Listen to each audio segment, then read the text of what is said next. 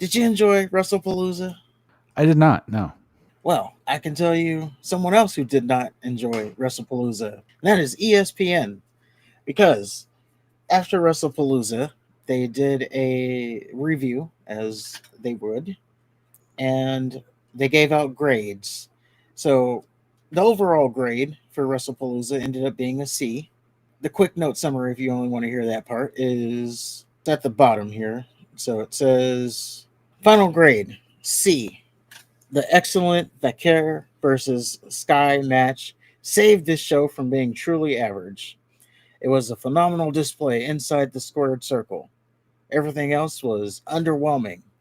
The short Rhodes McIntyre match, or a setup for a future match, Lesnar dominating Cena for a card that promised to have epic moments, it fell a little short of expectations. That was the overall grade. And then we go to our subgrade. Everything I believe got a C except for the Vaquera and EO match, which I would say yes, that's pretty on par. I don't know if it was overall like bad, but a lot of you guys got clickbaited into thinking that there was going to be like surprises and more stuff happening on the show than what happened. Whoa. We didn't get clickbaited. The motherfucker said that expect a lot of surprises. Yeah. So there's no clickbait. The dude said verbatim surprises. He didn't say, it's going to be quite a wild ride at WrestlePalooza. And then I just inferred, all this shit's going to happen.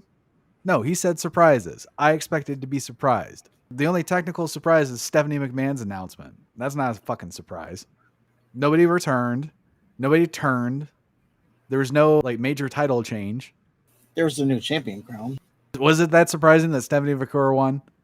I saw a lot of people thinking EO was going to win, but I wouldn't put that as a shock value, no. Now, maybe Lesnar beating the hell out of Cena, that could be added as a shock value thing. The fact that it happened in the way that it did. Okay, Lesnar squashing Cena again. 1.5 surprises. Yeah, but the way they built it, you would have expected more. I'm just saying, if you're going to put it in writing, surprises, plural, and to expect them, and you don't deliver on a single one, it's not clickbait. Well, it definitely ended up falling short. So, the Vaquera and Sky match, it got a B+. And then you got the Vision versus the Usos. That one got a C. Honestly, I would say that was probably a glorified Raw match. The mixed tag match, Punk and Lee versus Rollins and Lynch, that got a C. It should be noted right now that the person who did this review is Andrew Hale. And apparently he is an AEW fan, which is what people were pointing out. So we have to he was objective. Yeah. And it wouldn't even say he's a fan. What they were saying was he used to positively review AEW. Oh. Yeah, Rhodes and McIntyre, as we already kind of said, that got a C. It did seem kind of short, and it was just abrupt. McIntyre lost kind of out of nowhere. You didn't expect him to lose in such a way. So there was news circulating around that the pitch from Cody Rhodes and Randy Orton was to have Randy Orton cost Cody Rhodes the title, and apparently that got shot down. Of course it did. Randy Orton just attacked Drew McIntyre for no reason, and nothing happens. Yeah. So Orton was supposed to come out trying to get at McIntyre, but then cost Cody the title. And then I guess, then that sets up Cody chasing the title, sets up a potential Orton versus Rhodes feud because it cost him the title. So it would have opened a lot of loops. That could have been potentially interesting and creative. And it would have gave McIntyre an actual title run. Don't want any of those things to happen. But that was on the table. Apparently it got taken off the table. The match just getting slapped together with Jacob Fatu instead. I don't remember, but I think he just lost off of one crossroads. Yes, it was one crossroads. I mean, he did the Cody cutter from the top rope, but it was one crossroads. So again, you establish that you need 100 crossroads to beat somebody, and then you have one guy lose to a single crossroads. He looks like a fucking pussy. Yeah. And of all people to lose to a single crossroads, you have Drew McIntyre, who looks like he shouldn't lose ever. Right. One of the most legit looking guys you have on the roster. Yeah. But there's that, and then yeah, Cena and Lesnar, that got a C minus. That's a little bit of a mixed review. I guess I don't know what people were expecting on that match. Yeah, obviously you wouldn't expect a squash match essentially, but since Lesnar's come back, this is what he does now. It's like suplexes and F5s and power moves. He's not putting on any Matt classics here. Not anymore. He doesn't really have to. He gets paid handsomely to just come out Just there and toss do it. people around. Yeah. Yeah. People are just shocked. Well, let's see what he says here. Cena and Lesnar's seventh WWE single encounter felt like more of a prelude to their encounter than an actual match. It was brief and dominant for Lesnar, which served to extend the rivalry for one more PLE, which, again, Cena says that that's not going to happen. So we'll see there. The match itself wasn't much of a match. Lesnar dominated early, reintroducing Suplex City. Cena regained the momentum and swiftly hit Lesnar with a trio of attitude adjustments. Unfortunately, he couldn't keep Lesnar down and went for a five knuckle shuffle, which the Beast intercepted and leveled Cena with six F5s to pick up the dominant win. There were about six moves in a there were about six moves in a 9-minute match. It's pretty much what you'd expect out of Lesnar. So That's true. yeah. So that's what I said. That's pretty much sums up a Lesnar match. So I don't know. I think C is a fair grade. I would say it's a fair grade, but it did upset the community, which leads to the bigger conversation here.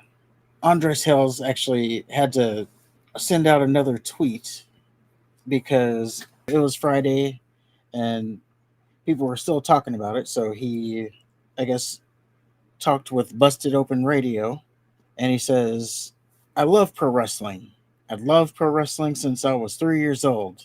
This is a tweet from Andres Hill. I watched everything, literally everything. So people that know me weren't surprised by this. I'm going to watch All Out. I'm going to watch NXT. But the people that didn't know any better was like, oh, he's on this side. He's on Tony Khan's side. Remember I said that earlier. So that surprised me that so many people were surprised that somebody at ESPN could give it an average grade. Now, this is the talking point that I have, and this was going to be the talking point that I had. The show is over. People have already watched it. My match grade doesn't mean nothing anymore. They got their views. It means nothing. But I think the bigger issue is if we can't be honest with what a show is, then my journalistic integrity is under fire. That's what he says. And that was my bigger talking point. It does kind of put them in a situation like because it's under the ESPN umbrella, should they just automatically say all the shows are great? Or do they give realistic reviews and it's up to WWE if they care about it? Maybe they don't even care about it, but if they care about it and they're not happy with it, should they do something like, I don't know, book a better show? Well, if they have a shitty game on ESPN, do they try to glaze it or are they honest and like, man, this game's terrible? Neither team's playing good. They don't necessarily try to hype it up. They say, oh man, these teams are playing like trash. I don't know what's going on with them. They don't try to sugarcoat anything. So why would wrestling be any different? If the legit sports, if they're honest about that, then why would the fake sport be any different? And this is what people are trying to argue here is ESPN should want WWE to look good. So they should just automatically, give it a great grade. It's up to WWE to look good. Why would ESPN tarnish their integrity or what little integrity they have left? Why would they risk, their reputation to make WWE look good when it's on WWE to make themselves look good? They're in control of their destiny. They are, but ESPN would be protecting their investment. Yeah, but you don't do that by lying. As we both said it, by lying. And then, if everything's just getting an A, then how long until, it's just WWE shills now. Exactly. So, I put it on, yes, Triple H, WWE as a whole, creative. They should have this idea, again, if they care about the reviews. Maybe they don't. They've already got their money, so they clearly don't because they'll keep producing shit. It's been shit. it'll continue to be shit until the end of time, I guess. Well, I've heard some people suggest it's going to be shit. What's going to happen is TKO is going to keep raising the prices. And then at some point, they're really going to price people out. This is just a theory that people have. They're really going to price people out. So then those tickets aren't going to be so hot. And the product is in turn going to suffer. And then they're going to say, well, the product is not doing good. Who's in creative here? Must be the reason. What they're getting at is putting Triple H in a position to fail. Like when the numbers start to sink, they're going to blame Triple H and then he's going to be out. Well, Triple H isn't doing himself any favors by booking shit. He's not.